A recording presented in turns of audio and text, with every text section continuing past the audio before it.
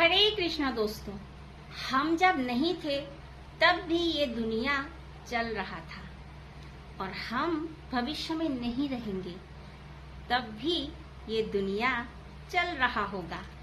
सिर्फ और सिर्फ हम इस बीच में दृश्यमान हैं और फिर हम गायब हो जाते हैं। यानी कि हम अगला जन्म लेते हैं भी तो भी अलग अलग रूपों में, या इंसान के अगर होंगे भी फिर भी हम बीच बीच में गायब होते हैं। इसीलिए हमें ये धारणा पालना नहीं चाहिए कि हम ही संसार चला रहे हैं, हमसे ही ये वो हो रहा है। ये बिल्कुल गलतफहमी है। ईश्वर जब तक हमें चलाते हैं तब तक हम चल सकते हैं। जैसे कि अर्जुन को भगवान श्री कृष्ण ने ये दिखा दिए थे युद्ध से पहले ही कि तुम क्यों घबरा रहे हो, क्यों सोच रहे हो, देखो मेरे मुंह के अंदर। और वो अपने मुंह को खोल देते हैं और अंदर में अर्जुन को दिखाई पड़ता है द्रोण, भीष्म और ऐसे कई महारथिया उनके मुंह में जाकर घुस रहे हैं और अर्जुन को ये बताते हैं कि मैंने उन्हें पहले से ही मार रखा है, सिर्फ और सिर्फ तुम्हें निमित्त मात्र बनना है।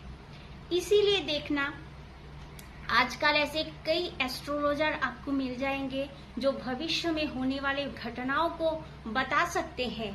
यानी कि जो होना है, जो घटना है, जो घटेगा वो ऑलरेडी बना हुआ है, सिर्फ और सिर्फ वो समय पर ही घटता है।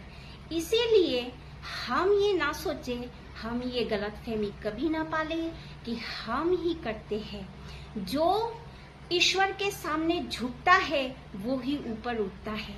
देखिएगा कुएं में जब हम बाल्टी छोड़ते हैं तो वो जब तक नहीं झुकेगा तब तक वो पानी लेकर उठ भी नहीं सकता है।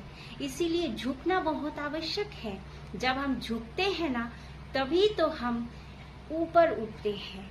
इसीलिए जिस प्रकार देखिएगा जो क्रिकेट खेलते हैं ना वो भी 2-3 कदम पीछे जाते हैं तो फिर फोर्स लगाकर सामने की ओर भागते हैं। ठीक उसी प्रकार हमें भी ऐसे सोच रखना चाहिए कि हम हमेशा झुके रहे ईश्वर के सामने, हमेशा ये माने कि आप ही करा रहे हो और ये ही वास्तविकता है। हरे कृष्णा।